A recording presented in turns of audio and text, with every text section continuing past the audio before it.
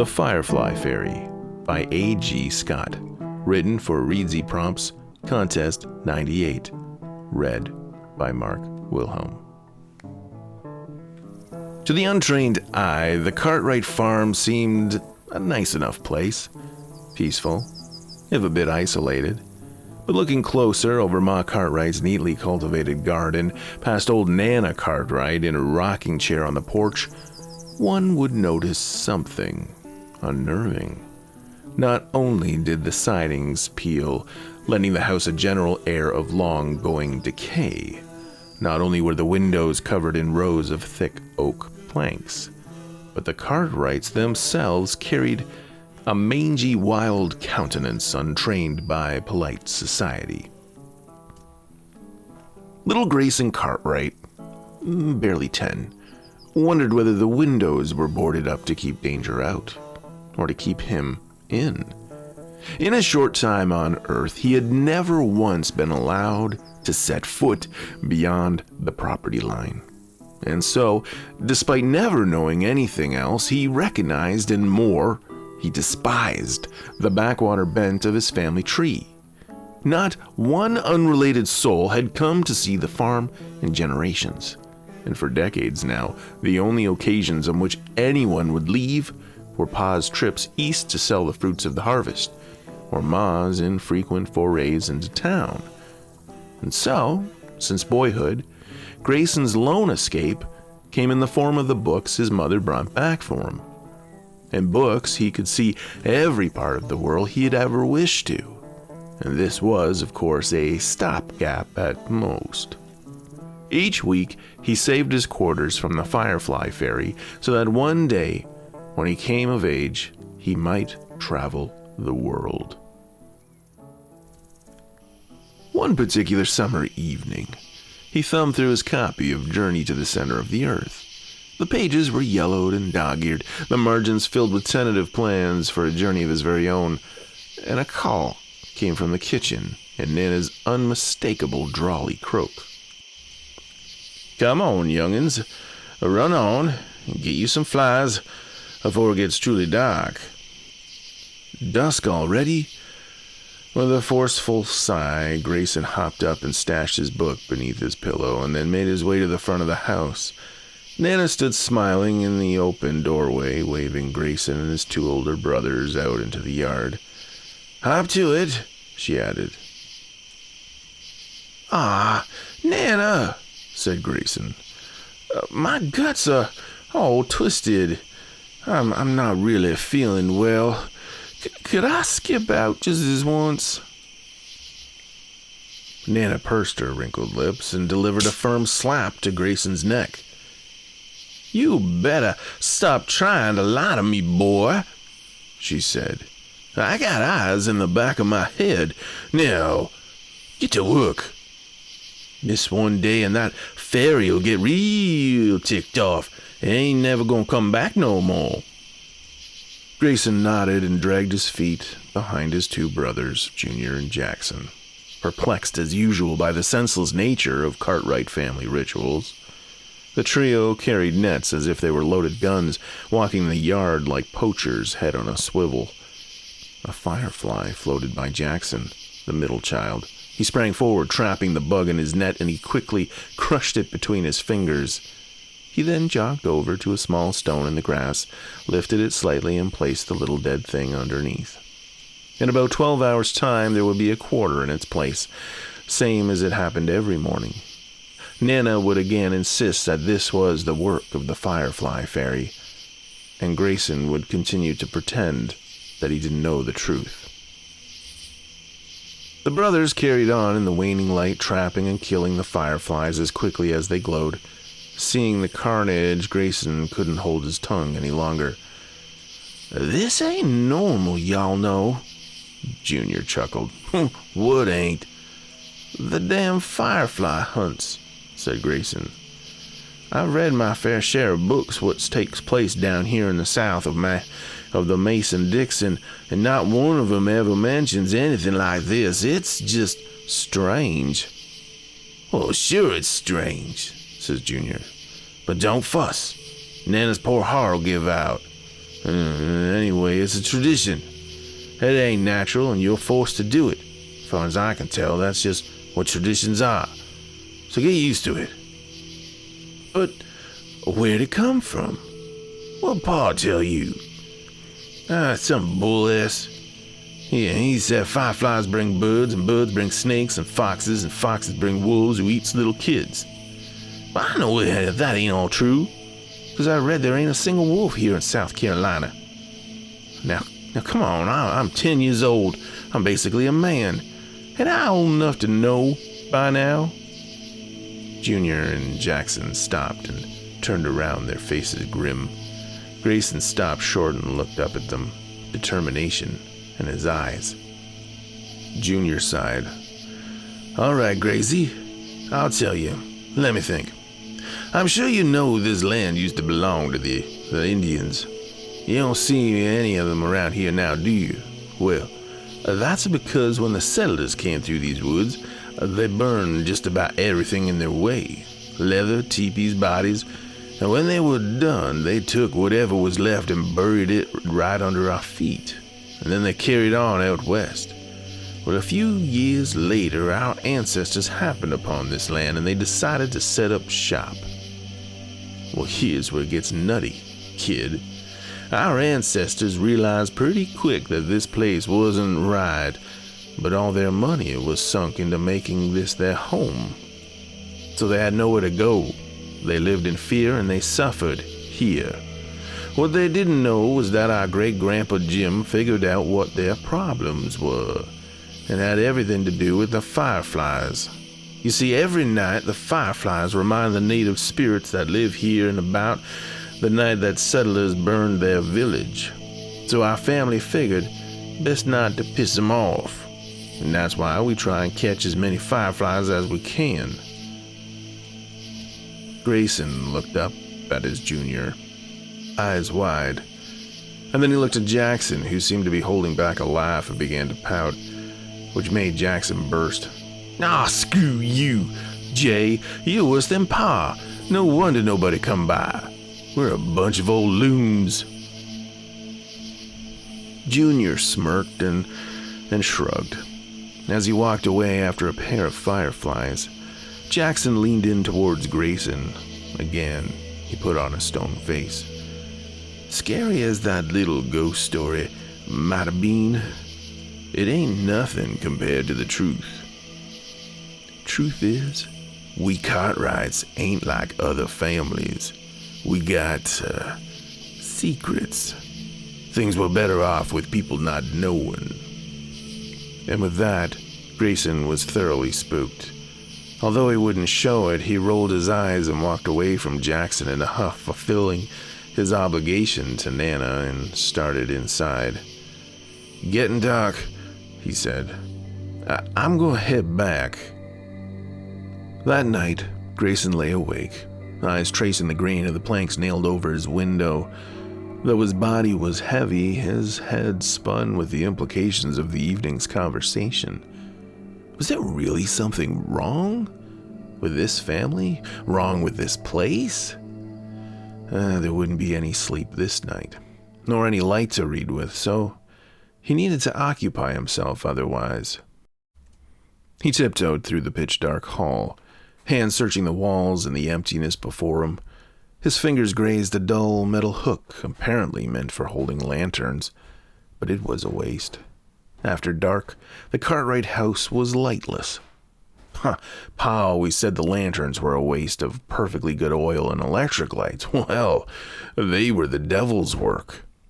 These were clumsier lies than the ones Grayson had learned to pick up in the books he read, but they were repeated so often that they took on a ring of truth. As Grayson wove through the moon-cast shadows near the porch door, the old floorboards gave a bit beneath his bare feet. Out front, Nana snored softly in a rocking chair. This struck Grayson as odd, because Nana had the nicest bed in the house, and her chair seemed uncomfortable, almost skeletal. Perhaps she had just finished fairy duty and decided to sit down for a rest. More unnerving was the scene in the yard. Hours had passed since sunset, but Ma, Pa, and Junior were all spread out in the grass, nets in hand. Were they really still at it? Did they ever sleep? What weren't they telling? Grayson's confusion turned to rage. If they can keep things from me, I can keep things from them. He padded off into the forest, fully intending to run away and never come back. He didn't have his books or even his quarters, but with each springy step he felt more sure that he could make do. Half his young life he'd been spent preparing to get away. But when Grayson reached the property line, something gave him pause. He slowed to a walk, and he felt it. A feeling like a million eyes watching from the darkness in the trees above. The earth beneath his feet crunched and shifted. He knelt down to get a closer look and realized what the dim moonlight had failed to show him. The substance underfoot was not black topsoil, but thousands upon thousands of dead and decaying fireflies. And from the pile of discarded carcasses emerged a single faint light. Returning to the house, Grayson was relieved to find that the yard was empty. Still, he kept quiet as he walked up the porch, and a calloused hand enveloped Grayson's upper arm, squeezing and twisting until it stung. "Yeah!" Grayson shouted. "You ungrateful little boy," seethed Pa, dragging Grayson up the porch steps. "What'd I tell you about going out after dark? Next time, I promise you'll think twice about disobeying me under my roof. Crack of dawn, you're going to work." Pa pulled open the door, and as easily as he baled hay, tossed Grayson into the house. The boy scrambled to his feet and jogged to his bedroom, chin tucked to hide the tears, even in the dark. And when his door was shut, he opened his hand. The young firefly, sitting in his palm, flickered to life. And an idea struck. Grayson quickly emptied his quarter jar onto his dresser and then placed the firefly inside, screwing on the lid. He watched as the firefly's light grew brighter and brighter still, until it stained the glass. Now, he had a lantern of his own. More importantly, he had a light by which to read after dark. Buzzing with excitement, he pulled Journey to the Center of the Earth from under his pillow, and all through the night he drifted away to a bigger, better world. Retribution was swift and merciless. From the time the cock crowed to the evening's firefly hunt, Pa Cartwright worked Grayson like a mule. Weed pulling in the morning made knots in the boy's back. Dead tree removal in the sunny midday brought scrapes and bug bites and sunburns. All day, Pa worked like a hawk, quick to interrupt a moment of rest or contemplation. Even when all the conceivable yard work was done and Grayson tasted freedom, there was more to do. For dinner, he made stew over an open flame and was not allowed so much as a bite. When dark fell, Grayson was exhausted. All he wanted in the world was to withdraw from the family, climb in bed, and lose himself in a book.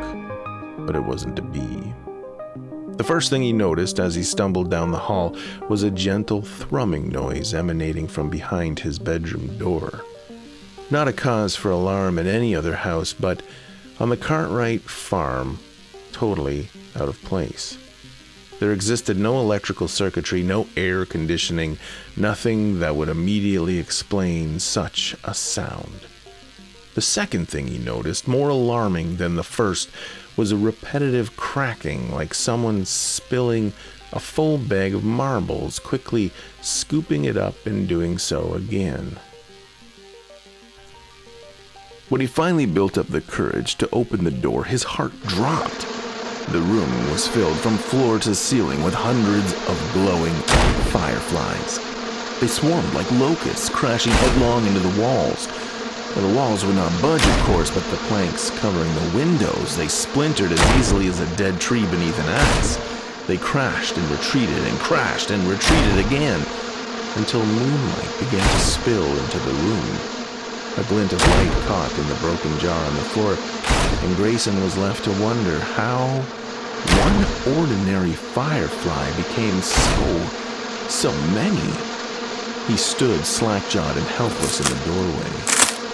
The planks crumbled to bits and fell away in one breath. A web of cracks shot across the surface of the dirty glass. In the next, the window shattered altogether, letting the vibrant cloud of fireflies out into the night. Grayson stumbled forward thoughtlessly. Ah! He stepped on a piece of the broken jar, slicing the pad of his foot from ball to heel. There wasn't any time to sulk. Outside, there sounded a hollow whooping shout, like a wolf's howl or a native war cry. Through the emptied window, he saw it. From the forest emerged a wall of mist, violently churning and spitting and crackling as it rolled forth. It bore down on the house slowly but inevitably, passing through Ma's garden where the flora wilted and knelt, and the poor fireflies just escaped, flew straight into the death that awaited them in the mist. In one angry, hissing instant, the light was extinguished. Someone yelped, "Ah, hell!" Leaning out of his window, Grayson could barely catch a glimpse of his brother Junior, who was leaping off the porch with a little pistol in his hand, mumbling something quietly to himself. Junior made what looked like the sign of a cross, raised the pistol up at an angle, and pulled the trigger. Instead of a bullet, hot orange light shot from the end of the barrel, tracing an arc away from the house. Before it could get very far, spectrally tendrils rose from the mist and in a whip-like motion intercepted and smothered the flare.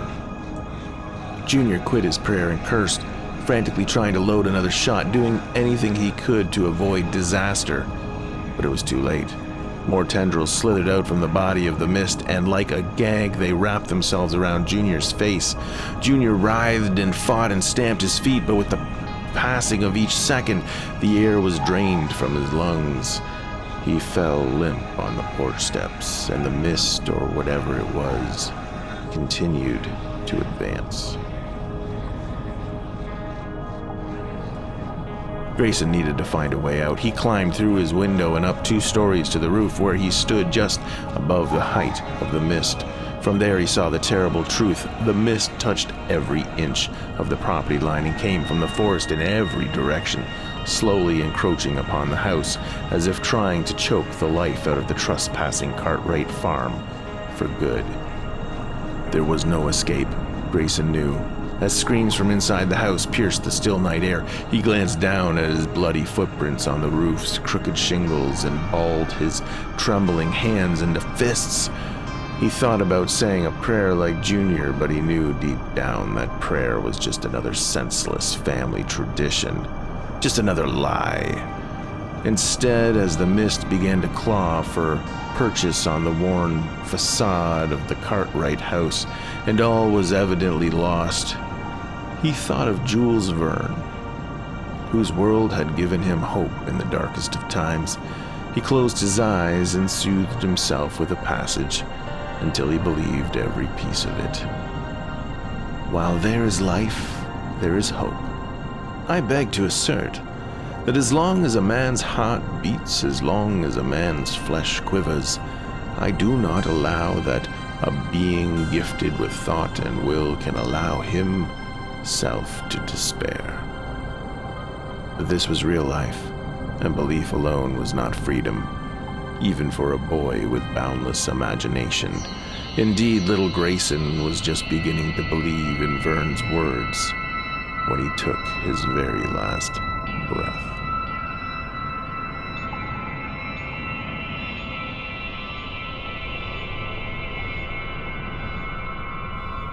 Thank you for listening to Firefly Fairy, written by A.J. Scott for ReedsyPrompts Contest 98, performed by Mark Wilhelm.